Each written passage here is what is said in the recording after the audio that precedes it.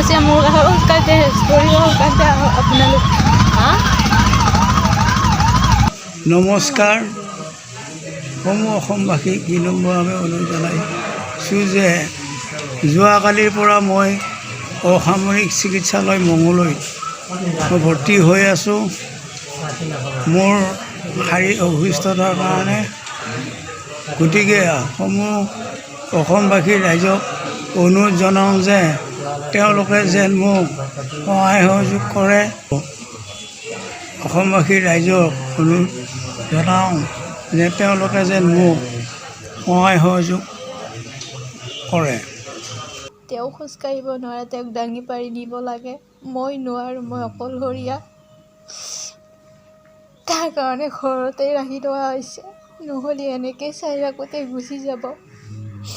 যেনেকৈ নহওক অসমবাসী ৰাইজে মোক সহায় কৰক আৰু ইয়াৰ লগতে মোক হিমন্ত বিশ্ব ছাৰেও মোক সহায় কৰে যেন কাইলৈ আৰু পৰহিৰ মাজতে তেওঁক চিভিলত গুৱাহাটী GMCত নিব লাগে।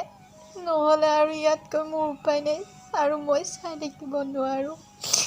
প্লিজ মই অসমবাসী ৰাইজক অনুৰোধ কৰিছোঁ, মোৰ হাজবেণ্ড ৰোগী হৈ আছে মঙলদৈ চিভিলত। এওঁ হুইলচেয়াৰৰ পেচেণ্ট, মই খোজকাঢ়িব নোৱাৰোঁ। এওঁক এতিয়া গুৱাহাটীলৈ এফাৰ কৰিছে, কিন্তু মোৰ কোনো সঁহাৰি নাই, একো নাই। মই খোজকাঢ়িব নোৱাৰোঁ, এক দাঙিব পাৰিব মানুহ নাই। এওঁ কিডনী প্ৰব্লেম হৈছে, গুৱাহাটীলৈ এফাৰ কৰিছে ছাৰহঁতে।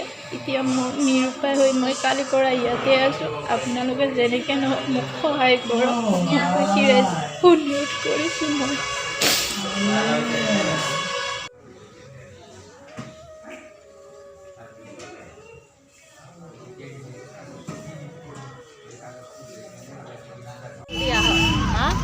কোন আছে মোৰ কাষতে কাষতে আপোনালোক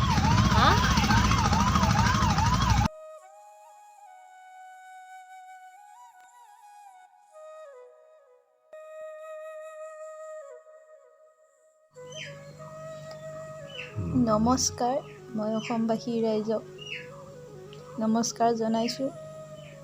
মই আজি এইটো ভিডিঅ' এইকাৰণে বনাব লগা হ'ল যে মই নিৰুপায়, অসহায়, অকলশৰীয়া। মোৰ হাজবেণ্ড স্বাস্থ্য বেয়া। তেওঁ মঙলদৈ চিভিলত নিছিলোঁ। তেওঁ মঙলদৈ চিভিল হস্পিটেলে কৈছে যে গুৱাহাটীলৈ এফাৰ কৰিছে, তেওঁ কিডনী প্ৰব্লেম পাইছে। কিন্তু মই পৰহি আনি ঘৰত ৰখা হৈছে। তেওঁ খোজকাঢ়িব নোৱাৰে, মই খোজকাঢ়িব নোৱাৰোঁ। তেওঁৰ কোনো ক'তো নাই তেওঁক চাবৰ কাৰণে, নিবৰ কাৰণে। তাৰপিছতে মই এতিয়া আজিলৈকে মই ঘৰতে আছোঁ। তেওঁ অতি সোনকালে চিকিৎসা কৰিব লাগে, কিন্তু মই নিৰুপায়, অসহায় হৈ আছোঁ। টকা পইচাৰ বাহিৰে তেওঁ খোজকাঢ়িব নোৱাৰে, তেওঁক দাঙি পাৰি নিব লাগে। মই নোৱাৰোঁ, মই অকলশৰীয়া। তাৰ কাৰণে ঘৰতে ৰাখি থোৱা হৈছে, নহ'লে এনেকৈ চাই থাকোঁতে গুচি যাব। যেনেকৈ নহওক অসমবাসী ৰাইজে মোক সহায় কৰক আৰু ইয়াৰ লগতে মোক হিমন্ত বিশ্ব ছাৰেও মোক সহায় কৰে যেন কাইলৈ আৰু পৰহিৰ মাজতে তেওঁক চিভিলত গুৱাহাটী GMCত নিব লাগে। নহ'লে আৰু ইয়াতকৈ মোৰ উপায় নাই আৰু মই চাই থাকিব নোৱাৰোঁ।